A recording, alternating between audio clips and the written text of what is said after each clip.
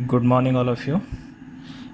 जैसा कि हमने पिछले लेक्चर्स में बात की थी, टी टेस्ट के बारे में हम बात कर रहे थे कि किस तरीके से किसी भी दो ग्रुप के मीन डिफरेंस को सिग्निफिकेंस देखा जाता है कि कोई भी दो ग्रुप में डिफरेंस अगर आ रहा है तो वो सिग्निफिकेंट है या नहीं है। तो उसमें आगे हमने बात की थी कि हमने टी टेस्ट यूज़ किया था, जो कि हम कोरिलेटेड सैंपल और अनकोरिलेटेड सैंपल में लगाते थे। अनकोरिलेटेड सैंपल क्या था कि अलग अलग ग्रुप हैं हमारे पास, और कोरिलेटेड सैंपल क्या है हमारे पास कि एक ही ग्रुप है और उस पर हमने दो बार कोई भी टेस्ट लगाया है या प्री टेस्टिंग और पोस्ट टेस्टिंग की है। थ्योरी पार्ट हम पहले कवर कर चुके हैं, तो इसलिए बहुत ज़्यादा डिस्कशन नहीं करेंगे उसके बारे में। इस लेक्चर में हम बात करेंगे कोरिलेटेड सैंपल पे किस तरीके से हम टी टेस्ट लगाते हैं। तो सिंपली जैसे हमने अनकोरिलेटेड सैंपल पे लगाया था, उसी तरीके से हम फार्मूला लिख लेंगे सबसे पहले कि कौन कौन से फार्मूले हम इसमें यूज़ करेंगे। तो फार्मूले हम थोड़े से डिफरेंट होंगे, क्योंकि उधर हमारे पास दो ग्रुप थे और इधर हमारे पास एक ही ग्रुप की दो रीडिंग्स हैं। मींस प्री टेस्ट किया हमने और पोस्ट टेस्ट किया है। ग्रुप हमारे पास एक है लेकिन उसकी रीडिंग्स हमारे पास दो है, मतलब ऑब्जर्वेशन हमने उसको दो बार किया है, तो थोड़ा सा फार्मूले में डिफरेंस हो जाएगा। तो जैसा कि हमने स्टैंडर्ड डेविएशन में वहाँ पे हम स्टैंडर्ड डेविएशन निकालते थे, कंबाइंड स्टैंडर्ड डेविएशन निकालते थे दोनों का। तो यहाँ पे क्योंकि एक ग्रुप है तो एक ही का निकाला जाएगा, तो सिंपली हम under root sigma x square upon n minus 1 standard deviation का फॉर्मूला है ये। इसी तरीके से सेकंड हम निकालेंगे standard error of mean deviation, जो कि हम स्टैंडर्ड एरर ऑफ डेविएशन पिछले वहाँ पे भी निकालते थे अनकोरिलेटेड सैंपल में। सेम वैसे वही है, लेकिन इसका फार्मूला चेंज हो जाएगा। यहाँ फार्मूला हो जाएगा standard deviation upon under root n। Third हम क्या निकालते थे, टी टेस्ट का formula. T test equal to वहाँ हम करते थे m1 माइनस m2, मतलब मीन 1 माइनस दो ग्रुप अगर है हमारे पास तो वहाँ पे हम मीन को देखते थे। यहाँ पे हम जो हमारी रीडिंग्स है उसके डिफरेंस को देखेंगे, तो हम यहाँ पे लिखेंगे d upon standard error of mean deviation. ठीक है, तो हमारे पास ये तीन फार्मूला हैं। चीज़ें वही हैं, बस फार्मूले थोड़े से चेंज इसलिए हो गए हैं क्योंकि वहाँ पे हमारे पास दो ग्रुप थे और यहाँ पे एक ही ग्रुप के दो रीडिंग्स हैं। ठीक है, अब वहाँ पे हम क्या करते थे, डिग्री ऑफ फ्रीडम भी निकालते थे। तो यहाँ पे डिग्री ऑफ फ्रीडम कितनी हो जाएगी, n-1, क्योंकि हमारे पास एक ग्रुप है तो n-1। कोरिलेटेड सैंपल में n-1 हो जाएगी, और अनकोरिलेटेड सैंपल में हमने क्या किया था, n1-1 और n2-1, क्योंकि हमारे पास दो अलग अलग ग्रुप थे और दो ही अलग अलग ग्रुप की स्ट्रेंथ भी अलग अलग थी। ठीक है, तो हम कोरिलेटेड सैंपल में क्या करेंगे कि ये चार फार्मूले निकाल के यूज़ करके टी टेस्ट आप अपना निकालेंगे। ठीक है, यहाँ पे बेसिक ध्यान देने वाला क्या है कि हम लोग यहाँ पे डिफरेंस देखते हैं। मीन में जो डिफरेंस आया है उसको कंसीडर करने के बाद हम स्टैंडर्ड डेविएशन निकाल के देखते हैं। ठीक है, तो मैंने एक ये हाइपोथेटिकल डेटा ले लिया है पहले से ही। तो अब इसमें हम देखते हैं कि ये क्या लिखा हुआ है। ये लिखा है ट्रायल 1 और ये है ट्रायल 2। तो अगर हम इसको प्री टेस्टिंग मान लें, मीन्स किसी भी ट्रीटमेंट को देने से पहले हमने कुछ ट्रायल ले लिया है, और कोई भी ट्रीटमेंट देने के बाद एक ये हमने ट्रायल ले लिया है, जिसको हमने एक को ट्रायल 1 नाम दिया है और एक दूसरे को ट्रायल 2 नाम दिया है। और अब हमको ये देखना है कि किसी भी ट्रीटमेंट का असर इन पे पड़ा है या नहीं पड़ा है। तो सबसे पहले हम क्या करेंगे, हमारे पास ये रीडिंग्स आ गए हैं, तो सबसे पहले हम इन रीडिंग्स को एड सम कर लेंगे कि कितना सम है इनका। तो अगर हम इनका सम करते हैं तो इसका सम आएगा 572 और इसका आएगा 668। ठीक है, ये तो सिंपली हमने सम कर लिया। अब बात आती है कि हमको सबसे पहले निकालना क्या है। सबसे पहले हमको निकालना है x square n/n-1 standard deviation निकालना है। तो स्टैंडर्ड डेविएशन के लिए हम सबसे पहले क्या निकालेंगे, इनके बीच के डिफरेंस को निकालेंगे, क्योंकि हम ये एक तरीके से हमारा अलग अलग है तो इसमें निकालना मुश्किल है। तो हम पहले इनके डिफरेंस को निकाल लेंगे और इसके डिफरेंस से हम स्टैंडर्ड डेविएशन निकालेंगे मीन से। जिस तरीके से करते थे ना कि हमारा जो अनग्रुप डाटा होता है उसमें हम मीन से डिफरेंस निकाल लेते हैं, तो सिंपली यही है कि पहले इसको डिफरेंस निकाल लेंगे, फिर उसका मीन निकाल के उससे कितना डेविएट कर रहा है वो हम स्टैंडर्ड डेविएशन उसकी हेल्प से निकाल लेंगे। तो सिंपली सबसे पहले हम क्या करेंगे, डिफरेंस निकालेंगे d। तो d निकालने के लिए क्या है हमारा, ट्रायल 1 को हमने t1 लिख देंगे और ट्रायल 2 को t2। तो t2 माइनस t1 मीन्स कि ट्रायल 2 में से ट्रायल 1 को माइनस करते चलेंगे। तो यहाँ पे 62 में से 50 को माइनस करेंगे तो कितना आ जाएगा, 12 आ जाएगा। इसी तरीके से ऐसे माइनस करते चले जाएंगे तो यहाँ -2 आ जाएगा, यहाँ 10 आ जाएगा, यहाँ पे 9 आ जाएगा, यहाँ -5 आ जाएगा, यहाँ पे 10 आ जाएगा, यहाँ 8 आ जाएगा, यहाँ पे 10, फिर 14, इसको माइनस करेंगे तो आ जाएगा हमारा 8, इसको माइनस करेंगे तो आ जाएगा हमारा 10, इसको माइनस करेंगे तो हमारा आ जाएगा 12। ठीक है, ये हमारा डिफरेंस निकल आया। ये हम इसमें हमने यहाँ पर डबल लाइन कर देते हैं क्योंकि ये थोड़ा सा एंट्री ना लगे, क्योंकि ये हमने सम करके लिखा हुआ है। ठीक है, हमारा डाटा केवल ये ऊपर तक है, ये हमने इन सब का सम करके यहाँ लिखा हुआ है और इसका सम करके यहाँ पे लिखा हुआ है। अब सिंपली हम इसको भूल जाते हैं, हमको केवल इसमें से डिफरेंस निकालना था। अब इसका हमारा बहुत ज़्यादा कुछ काम नहीं रह गया है। अब हम इसको क्या करेंगे, हमारे पास डिफरेंस आ गया है तो ये डिफरेंस में से हम इसका सबसे पहले तो मीन निकाल लेंगे। मीन निकालने के लिए आप ये भी कर सकते हैं कि पहले इसमें से इसको, ये जितनी एंट्रीज़ हैं 1 2 3 4 5 6 7 8 9 10 11 12 एंट्रीज़ हैं, तो इसको डिवाइडेड बाय 12 करके इसका मीन निकालें, फिर इसका मीन निकालें, फिर दोनों की मीन को माइनस कर दें, या तो पहले इनको माइनस करके इसका मीन निकाल लें, दोनों बात बराबर है क्योंकि आंसर दोनों का सेम आ जाएगा।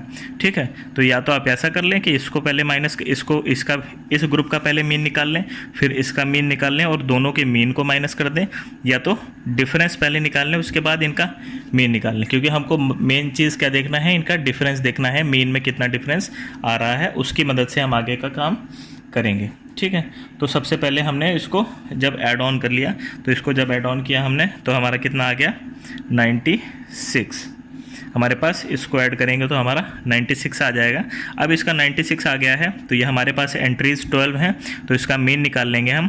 तो इसका मीन कितना आ जाएगा, डिवाइड 12 कर देंगे अगर हम, तो हमारे पास मीन आ जाएगा 8।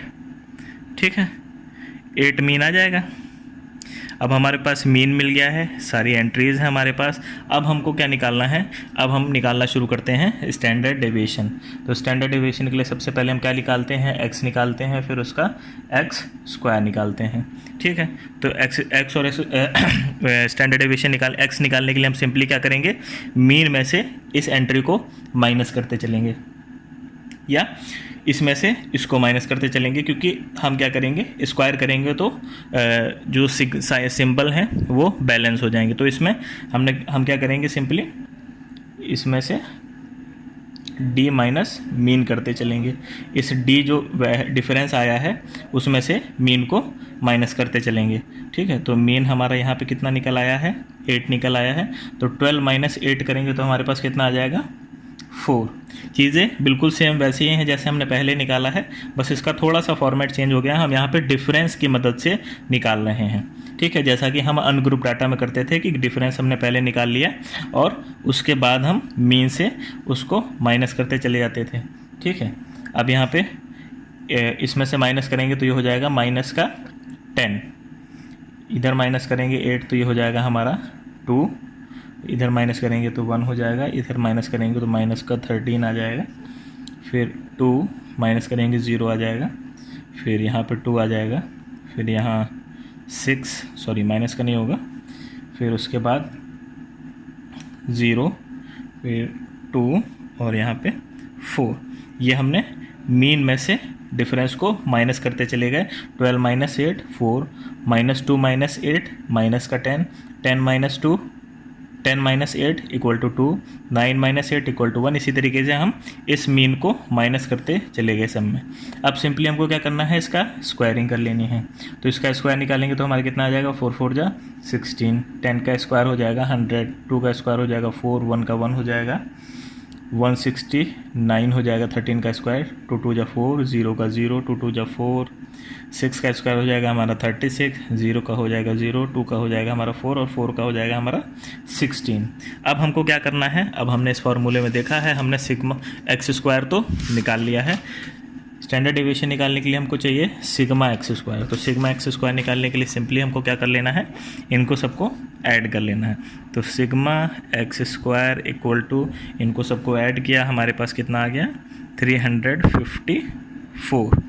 ठीक है, अब हमारे पास क्या मिल गया, हमको ये मीन मिल गया, हमको ये मीन नहीं है, ये हमारा मीन डिफरेंस है, इन दोनों के मीन से जो डिफरेंस आया है वो है, ठीक है 8।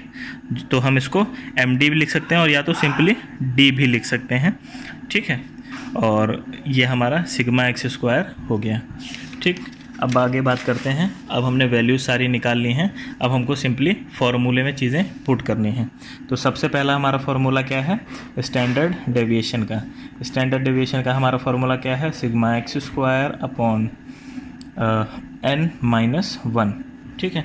n हमारा इधर क्या निकाला था हमने जो एंट्री गिनी थी वो क्या थी, n इक्वल टू हमारी 12, क्योंकि 1 2 3 4 5 6 7 8 9 10 11 12 ग्रुप, 12 बच्चों का है, 12 कोई भी सब्जेक्ट है उनका हमने ग्रुप लिया है और उसमें प्री टेस्टिंग और पोस्ट टेस्टिंग की है। तो सिंपली हमारा क्या हो जाएगा, सिग्मा एक्स स्क्वायर की वैल्यू हमारे पास क्या है, सिग्मा एक्स स्क्वायर हमने क्या निकाला था 354, तो 354 हम यहाँ लिख देंगे सिंपली, और n-1 n हमारा क्या है 12 है, तो 12 - 1। अब इसको हम जब सॉल्व करेंगे तो 354 यहाँ माइनस हो जाएगा 11। अब इसको जब और सॉल्व करेंगे हम, यहाँ पे पूरा अंडर रूट है, यहाँ पे भी अंडर रूट है, तो अब इसको हम जब और पूरा सॉल्व करेंगे तो सॉल्व करने के बाद हमारे पास आंसर कितना आ जाएगा 5.67, ठीक है। स्टैंडर्ड डेविएशन हमारे पास कितना आ गया 5.67 का, ठीक है। तो हमने यहाँ पे SD निकाल लिया। अब बारी आती है सेकंड स्टेप की, standard error of mean deviation की। Standard error of mean deviation कि मीन से कितना डेविएशन है उसका स्टैंडर्ड एरर हमको निकालना है, ठीक है। तो standard error of mean deviation का हमारा सिंपली फार्मूला क्या था, हमने जो देखा था standard deviation upon under root n, बिल्कुल सिंपल फार्मूला है, standard deviation upon under root n, ठीक है। तो स्टैंडर्ड डेविएशन हमने कितना निकाल लिया है 5.67। तो इसमें पीछे की कोई वैल्यू देखनी नहीं है, केवल स्टैंडर्ड डेविएशन की वैल्यू हमको रख देनी है 5.67 अपॉन अंडर रूट n। अंडर रूट में n की वैल्यू हमने क्या निकाली थी 12, तो हमको यहाँ पे 12 रख देना है, ठीक है। तो अब जब इसको हम सॉल्व करेंगे तो इसका आंसर हमारे पास आ जाएगा 1.64, ठीक। तो standard error of mean deviation का हमारे पास वैल्यू आ गया 1.64। अब हम चलते हैं अपने तीसरे स्टेप की तरफ। तीसरा स्टेप हमारा क्या है, तीसरा स्टेप सिंपली हमारा है T test, T equal to D upon standard error of mean deviation, ठीक। D हमारे पास क्या है, D मीन्स कि मीन के बीच का जो डिफरेंस आया है, इन दोनों के बीच का डिफरेंस क्या आया है हमारे पास 8।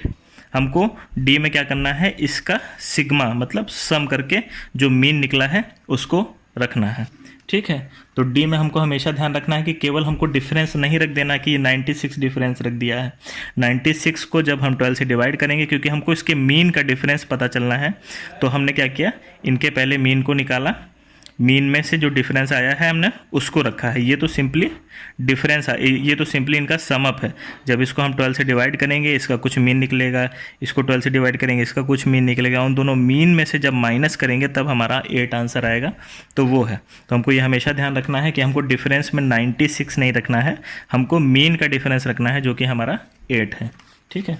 तो D इक्वल टू हमारा हो गया 8, और standard error of mean deviation में हमारा क्या लिखा है हमने 1.64। तो 1.64 हमारा हो गया standard error of mean deviation. अब जब हम इसको सिंपली सॉल्व करेंगे तो हमारे पास आंसर कितना आ जाएगा 4.88। जो हमारी T वैल्यू है वो कितनी आ जाएगी 4.88, ठीक है।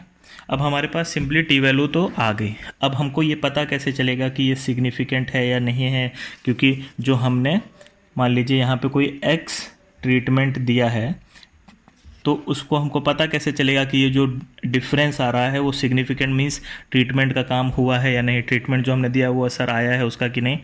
तो उसको हम क्या करेंगे, जैसे हम पहले करते थे अनकोरिलेटेड सैंपल में, कि हम T टेबल, जो कि मैंने T टेबल आप लोगों को देखना सिखाया था, टी टेबल में डिग्री ऑफ फ्रीडम की मदद से देखेंगे कि कितना सिग्निफिकेंट आंसर है हमारा, कितने % ऑफ पॉपुलेशन पे हम ये चीज़ को जनरलाइज कर सकते हैं। ठीक है, तो सिंपली हम DF निकालेंगे। DF निकालेंगे तो DF का हमारा फॉर्मूला क्या था, n-1, तो n हमारा है 12 - 1 तो इक्वल टू 11। तो हमारा DF कितना आया, 11।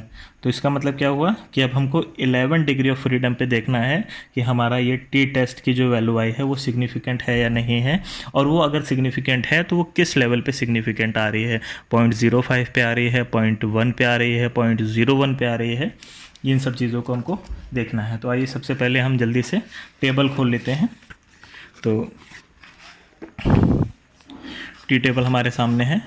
तो अब टी टेबल में हमारा डिग्री ऑफ फ्रीडम कितना आया है, डिग्री ऑफ फ्रीडम आया है हमारा 11। तो हम चले जाते हैं 11 डिग्री ऑफ फ्रीडम वाले सेक्शन में चले जाते हैं 11। ठीक है, अब हम चेक करते हैं 0.10 पे कितना सिग्निफिकेंट है। यहाँ पे वैल्यू आ रही है 1.80 और हमारी वैल्यू क्या है 4.88, मीन्स कि इससे बहुत ज़्यादा वैल्यू हमारी, तो मतलब 0.10 पे तो हमारा सिग्निफिकेंट हो गया। ठीक है, अब आगे चलते हैं कि और थोड़ा प्रिसाइज करते हैं। अब आते हैं हम लोग 0.05 पे। 0.05 का मतलब कि 95% ऑफ केसेस पे हमको देखना है कि सिग्निफिकेंट है या नहीं है।